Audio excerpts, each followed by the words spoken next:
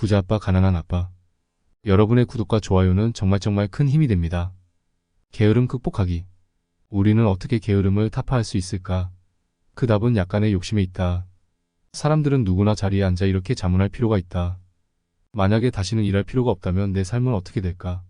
원하는 만큼 돈이 생긴다면 난 무엇을 할까? 약간의 욕심, 더 좋은 것을 갖고 싶다는 욕망이 없다면 진전할 수 없다.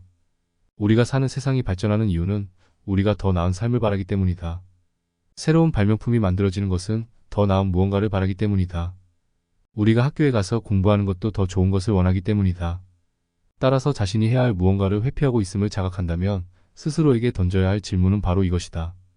그게 나한테 어떻게 좋을까? 약간은 욕심을 부려도 괜찮다. 그것이야말로 게으름에 대한 가장 좋은 치료약이다. 그러나 무엇이든 지나치면 해가 되듯이 욕심도 마찬가지다. 부자 아버지는 이렇게 말했다. 죄책감은 욕심보다 나쁘다. 죄책감은 몸에서 영혼을 빼앗아 가거든. 나는 엘리노어 루스벨트가 가장 좋은 말을 했다고 생각한다. 마음이 옳다고 느끼는 것을 하세요. 무엇을 하든 어차피 비난받게 될 테니까요. 그 일을 해도 비난을 받고 안 해도 비난을 받을 테지요. 부자가 되는 10단계. 1. 현실보다 더 좋은 이유를 찾으라. 정신의 힘. 만약 대부분의 사람들에게 부자가 되고 싶거나 경제적으로 자유롭고 싶느냐고 묻는다면 그들은 그렇다고 대답할 것이다. 그러나 다음 순간 현실이 다가온다. 길은 너무 멀고 올라야 할 언덕도 너무 많다. 차라리 돈을 위해 일하고 여유가 생기면 중개인에게 넘기는 것이 낫다. 나는 미국 대표팀으로 올림픽에 참가하고 싶다는 젊은 수영 선수를 만난 적이 있다. 그녀는 매일 새벽 4시에 일어나 3시간 동안 수영 연습을 한 다음 학교에 갔다. 토요일에 친구들과 파티도 하지 않았다. 공부도 열심히 해서 좋은 성적을 유지해야 했다. 내가 그녀에게 무엇이 그런 초인적인 꿈을 꾸고 희생을 하도록 만들었냐고 묻자 그녀는 이렇게 대답했다. 전 그저 나 자신과 제가 사랑하는 사람들을 위해 이 일을 하는 것뿐이에요. 난관을 극복하고 희생을 하게 하는 건 사랑 때문이죠. 2. 매일같이 선택하라. 선택의 힘. 대부분의 사람들은 부자가 되지 않기로 선택한다. 인구의 90%는 부자가 되는 것이 너무 귀찮은 일이라고 생각한다. 그래서 그들은 이런 말을 생각해냈다. 난 돈에는 관심이 없어. 걱정할 필요 없어. 난 아직 젊거든. 돈을 좀 벌면 그때가 돼서야 앞날 생각을 하지 뭐. 돈 문제는 내 남편 부인이 책임지기로 했어. 이런 대꾸들의 문제점은 이런 생각을 하는 사람들로부터 두 가지를 박탈한다는 것이다. 하나는 시간으로, 이는 우리의 가장 귀중한 자산이다. 그리고 두 번째는 배움이다. 나는 세미나에 참석한다. 나는 최소한 이틀 이상 진행되는 세미나를 좋아하는데 그래야 그 주제에 몰두할 수 있기 때문이다. 1973년 나는 텔레비전에서 사흘 일정의 세미나를 선전하는 한 남자를 보았다. 선불금을 내지 않고 부동산을 사는 방법에 관한 세미나였다. 나는 그 강좌에 $385를 지출했고 그 강좌는 내게 최소한 $200만 벌어주었다. 하지만 더욱 중요한 것은 그것이 내게 삶을 사주었다는 것이다. 그 하나의 강좌 덕분에 나는 남은 평생 일을 할 필요가 없게 되었다. 나는 매년 최소한 2번은 그런 강좌에 참석한다. 나는 CD와 오디오북을 좋아한다. 그 이유는 내가 들은 것을 쉽게 다시 확인할 수 있기 때문이다. 한 번은 한 투자가의 말을 듣는데 내가 절대로 동의할 수 없는 이야기가 나왔다. 하지만 나는 오만하게 굴거나 비판적으로 반응하는 대신에 그 5분짜리 이야기를 20번 이상 되풀이해 들었다. 그러자 갑자기 내 마음이 열리면서 그가 왜 그런 말을 하는지 이해하게 되었다. 그건 마치 무슨 마법 같았다. 우리 시대의 가장 위대한 투자가 중 한 명의 마음을 엿볼 수 있는 창문이 생겨난 것 같았다. 나는 그 사람의 광활한 지식과 경험에 대해 깊은 통찰력을 얻게 되었다. 그 결과 나는 아직도 예전과 똑같은 사고방식을 가지고 있대 이제는 전과 똑같은 문제나 상황을 새로운 방식으로 볼 수 있게 되었다. 나는 어떠한 문제나 상황을 두 가지 방식을 통해 분석하며 이는 대단히 값진 능력이다. 오늘날 나는 종종 이렇게 말한다. 도널드 트럼프라면 혹은 워런 버핏이나 조지 소로스라면 이럴 때 어떻게 할까? 내가 그들의 거대한 정신적 힘에 접촉하는 유일한 길은 그들이 하는 말을 겸손하게 읽거나 듣는 것이다. 정말로 지적인 사람들은 새로운 아이디어를 환영한다. 새로운 아이디어는 그들이 이미 가지고 있는 아이디어와 결합해 시너지 효과를 창출할 수 있기 때문이다. 3. 친구는 신중하게 고르라. 협조의 힘. 솔직히 그 사람이 돈이 있다는 이유로 가깝게 지내고 싶다는 건 부인하지 않겠다. 하지만 그들의 돈을 보고 그러는 것은 아니다. 나는 그들의 지식을 원한다. 나는 돈을 가진 친구들은 돈에 대해 이야기한다는 사실을 알아차렸다. 그들은 그저 돈이라는 주제에 관심이 있다. 경제적인 공경에 처해 있는 친구들은 돈이나 사업 또는 투자에 대해 이야기하는 것을 좋아하지 않는다. 내게는 아주 짧은 기간에 수십억 달러를 번 친구들도 몇 명 있다. 그중 3명이 같은 현상에 대해 말해주기를 그들의 돈 없는 친구들은 절대로 그들에게 와서 어떻게 돈을 벌었는지 묻는 법이 없다고 한다. 대신에 그들은 2가지 중 하나 또 둘 모두를 부탁했다. 돈을 빌려달라고 하거나 일자리를 부탁하거나 말이다. 재산을 모을 때 가장 어려운 점 중 하나는 스스로에게 솔직해지고 대중을 따라 몰려가지 않는 것이다. 시장에서 대중이랑 가장 늦게 나타나 손해를 보는 사람들이기 때문이다. 신문 일면에 괜찮은 거래가 보도되기 시작한다면 대부분의 경우에는 이미 늦은 시점이다. 그때는 새로운 거래를 찾으라. 새로운 파도는 항상 있다. 서둘러 달려와 늦게 파도를 타는 사람들은 대개 휩쓸려 나가버리기 마련이다. 4. 하나의 방식에 통달하라. 그런 다음 새로운 것을 익히라. 빠른 배움의 힘. 빵을 구울 때 제방사들은 정해진 조리법을 따른다. 설사 그것이 그들이 머릿속에만 존재한다고 하더라도 말이다. 이는 돈을 벌 때에도 마찬가지다. 많은 이들이 이런 말을 들어봤을 것이다. 무엇을 먹느냐가 우리를 결정한다. 나는 이와 비슷한 다른 격언을 새기고 있다. 무엇을 공부하느냐가 우리를 결정한다. 수년 전 26살 때 나는 경매 부동산을 사는 법이라는 주말 강좌를 들었다. 거기서 나는 공식을 배웠다. 그리고 다음에 할 일은 내가 배운 것을 실제로 행동에 옮기는 일이었다. 대부분의 사람들은 여기서 중단하고 만다.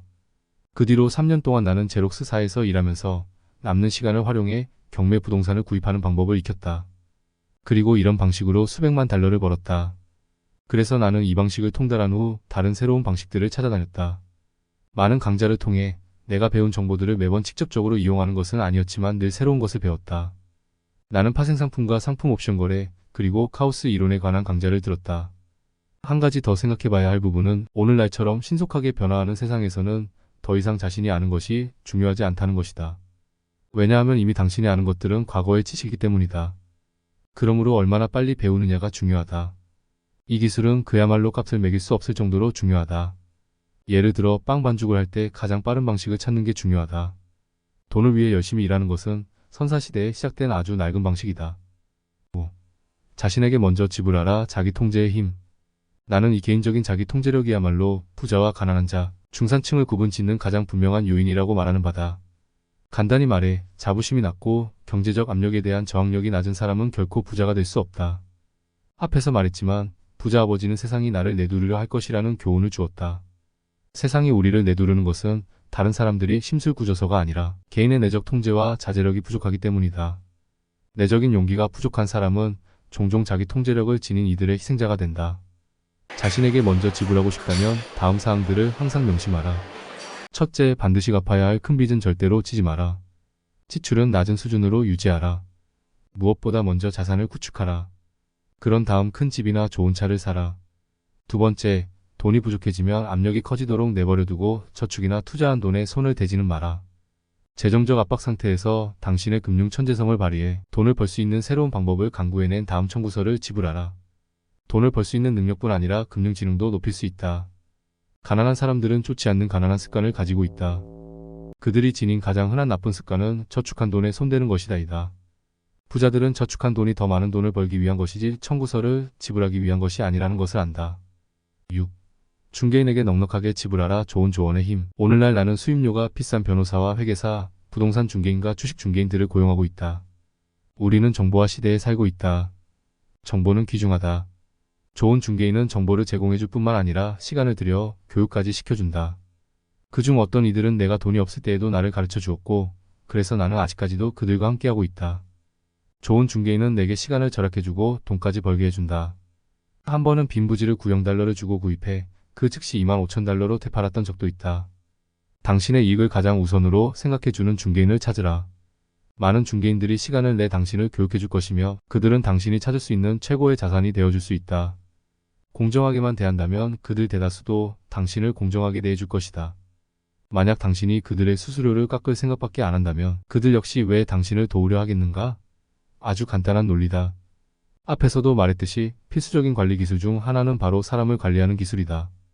많은 사람들이 자기보다 덜 똑똑하고 자신이 통제할 수 있는 사람들만을 관리한다.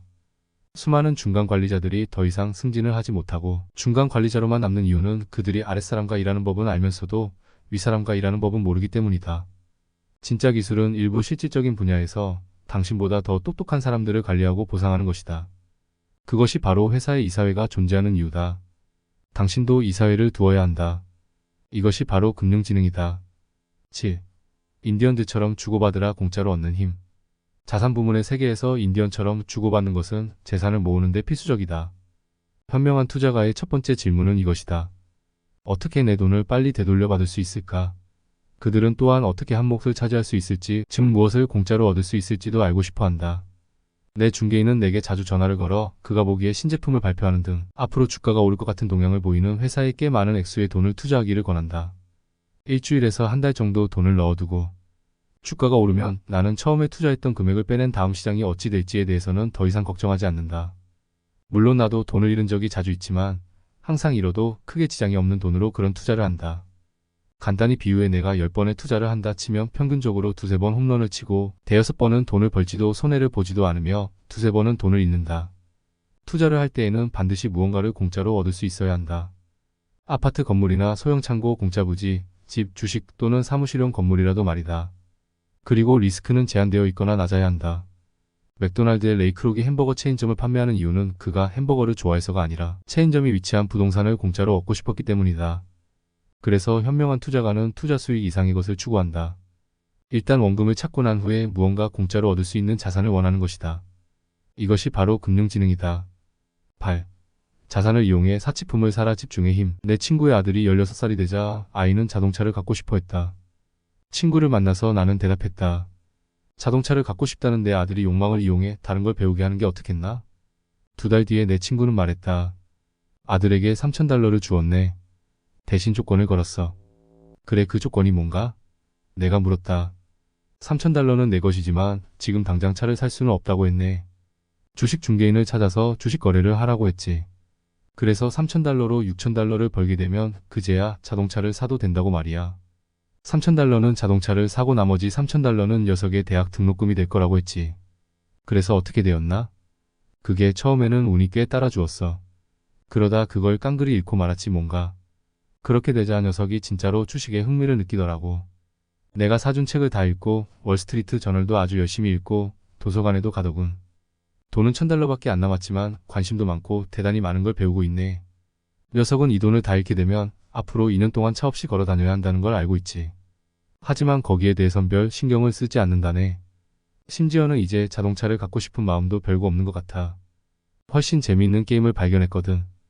게다가 이 $3,000는 내가 녀석을 교육시키는데 들인 돈 중에서 최고로 잘 쓴 거야. 지금 배운 건 평생 동안 갈 테고 녀석도 돈의 힘에 대해 새로운 관점을 얻은 것 같으니 말일세. 9. 당신의 영웅을 선택하라. 신화의 힘. 아이들은 자기가 좋아하는 농구 영웅인 척 행동한다. 자신의 영웅을 따라하거나 흉내내는 것은 강력한 배움의 방식이다. 야구할 때 자신이 유명한 야구 선수라고 상상하는 것은 우리가 배우는 가장 강력한 방법 중 하나인데 대개는 어른이 되면서 잃어버린다. 우리는 우리의 영웅을 잃어버린다. 타석에 들어갈 때 나는 내가 아니었듯이 시장에 발을 들여놓거나 거래를 협상할 때에도 나도 모르게 트럼프를 흉내내 어세를 부린다. 혹은 동향을 분석할 때에는 워런 버핏이 그러는 것처럼 살펴볼 때도 있다. 존경하는 영웅이 있다면 우리는 순수하고 무한한 천재성에 다가갈 수 있는 것이다. 그러나 영웅들은 우리에게 영감을 주는 것 이상의 일을 해준다.